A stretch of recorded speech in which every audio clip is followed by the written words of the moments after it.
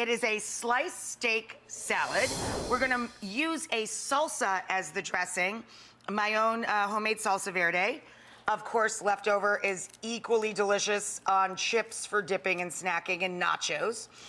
We start by roasting off poblano peppers, a large onion, some garlic in their jackets, in their skins. To peel the peppers and de-seed them, take the stems off, I cool them in a bowl covered until they're cool enough to handle, of course. And I like to use a little paper towel to peel away the skin so the char doesn't get into your nail beds.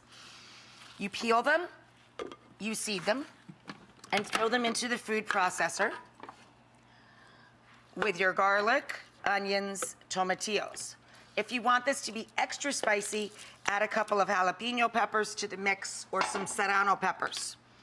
Then we're going to add in, about a third of a palmful of ground cumin, a little Mexican oregano, a drizzle of light color honey, or this is light agave, which is plant-based, and a little bit of cilantro, and some lime juice for your acidity.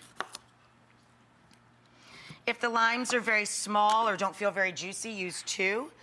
If they're larger limes and they feel very juicy, 1 should be fine. And a little salt, of course. And there we go. For the steak, cast iron skillet. If you are a meat and protein person, the #1 thing you should purchase is a cast iron skillet. I have 1.5 pounds to 2 pounds of flank steak or hanger steak or skirt steak, whichever has the best price that day. To that, I'm gonna season it up with salt and pepper and get it in the pan with a spray of oil or a light drizzle of oil. And I would like you to use a high temperature cooking oil. So the more you can see through the oil, the higher the temperature. So canola oil, peanut oil, grapeseed oil, regular olive oil, but not EVOO, or a little bit of non-aerosol cooking spray into the pan. Seasoned side down. Now another thing, whenever we're cooking proteins, take the chill off. Bring the meat to room temperature before you put it in the hot pan. Let the meat caramelize and develop its sugars and its colors before you turn the meat over. When it comes out of the pan, it's gotta rest. You let the color develop before you turn it. You want that deep reddish brown flavor. Color equals flavor in cooking. For every 1 inch of steak, you want 8 minutes total time, turning occasionally for a pink center or medium rare doneness. We then have a place to remove to let the meat rest. We do not slice hot steak. We let it settle down.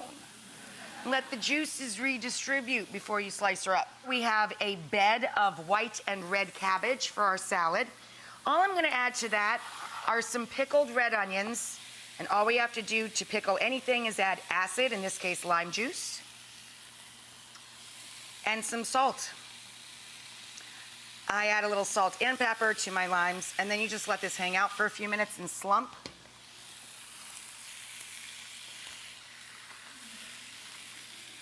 And just separate them with your fingertips a little and get the acid moving all around the onion. It starts to draw out all the liquids with the salt, and the acidity starts to break the onions down and mellow them.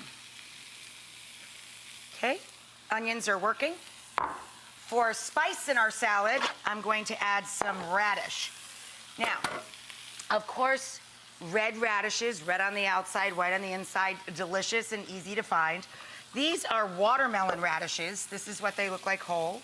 I slice them on the wide side of a box grater. I slice them into sticks, and I dress them with a little lime juice, salt, and pepper. So we have pickled radishes and pickled red onions going on our red and white cabbage. It's a very colorful, delicious dinner. So lime juice everywhere. I have a charred lime that you throw in the pan with the steak the last minute it cooks. You let the meat rest, and then you slice it, and it's nice and pretty and pink all the way across. Then we're gonna arrange it between our radishes and pickled onions across our bed of crunchy cabbage. Delightful. And then we're going to top it with our salsa verde. Extra salsa verde is a delicious snack, of course, with your tortillas or nachos. And then we're gonna top our veggies with crumbled queso fresco, a little of that.